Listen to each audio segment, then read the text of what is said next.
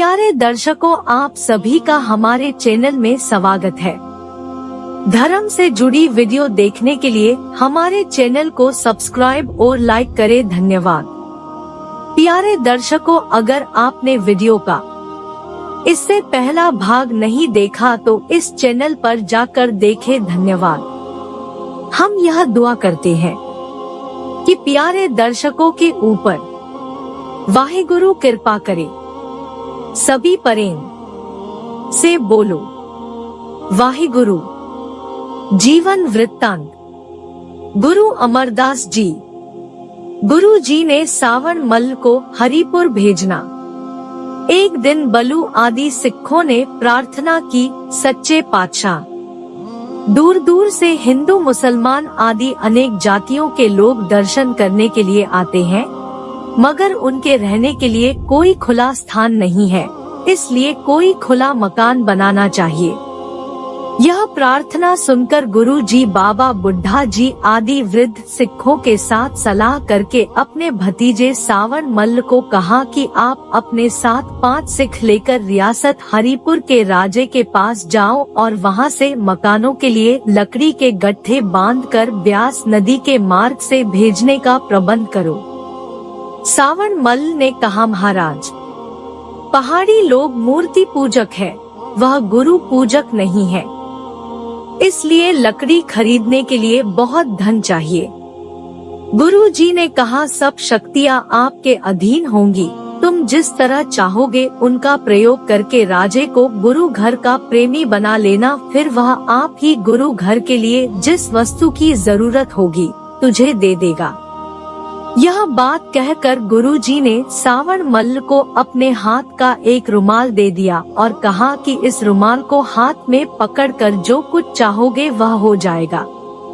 आपकी प्रत्येक इच्छा यह रुमाल पूरी करेगा। रुमाल लेकर सावन मल्ल अपने साथ 5 सिख लेकर हरिपुर को चल पड़ा।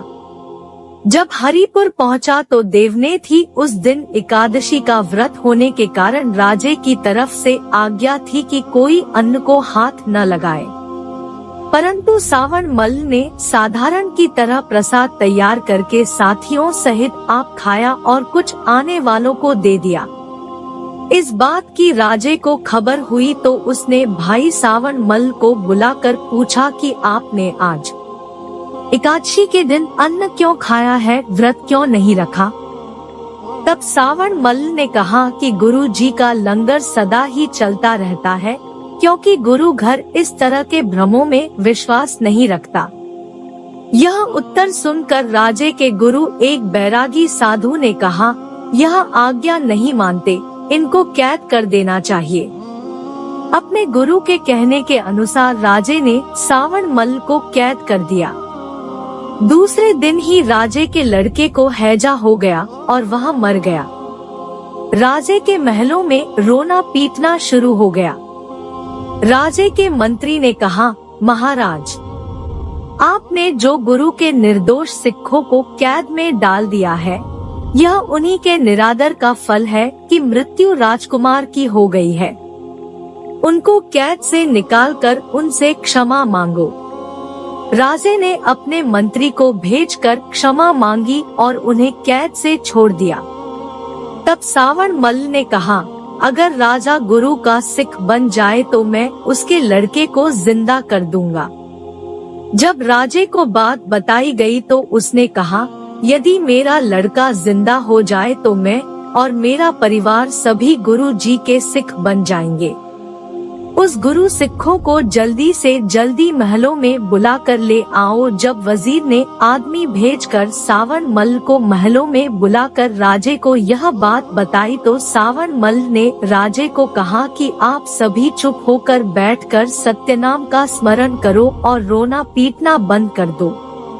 उपरांत सावन मल ने मृत लड़के के पास जाकर जपूजी साहिब का पाठ करके जब गुरु जी के रुमाल का कोना धोकर लड़के के मुंह में डाला और रुमाल पकड़कर उसके सिर के ऊपर घुमाकर सत्यनाम कहा तो लड़का उठकर बैठ गया। इस बात को देखकर राजा और रानी सावन मल जी के चरणों पर गिर पड़े। महलों में खुशियों की लहर दौड़ गई। राजे ने सावन मल्ल जी को बहुत धन और वस्त्र भेंट किए और फिर आप सत्यनाम का उपदेश लेकर गुरु घर का सेवक बन गया। तत्पश्चात सारी रियासत के लोग गुरु घर के सिख बन गए। जब 2-4 दिन खुशियों में व्यतीत हो गए तो एक दिन राजे ने सावन मल्ल को यहाँ आने का कारण पूछा।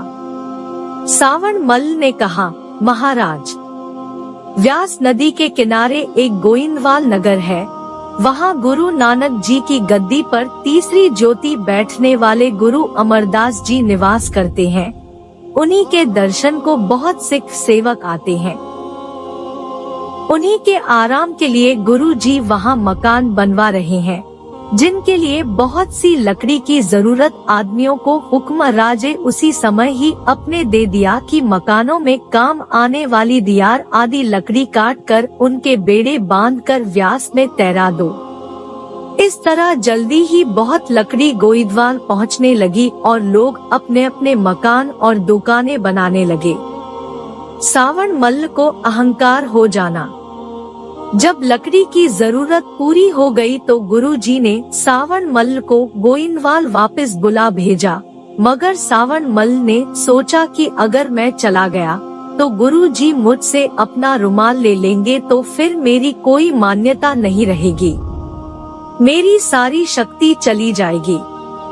अच्छा तो यही है कि मैं गोइंदवाल नहीं जाऊं। यह विचार करके जब सावन मल्ल ने गुरु जी की आज्ञा का पालन न किया तो गुरु जी ने उसकी सारी शक्ति वापस खींच ली।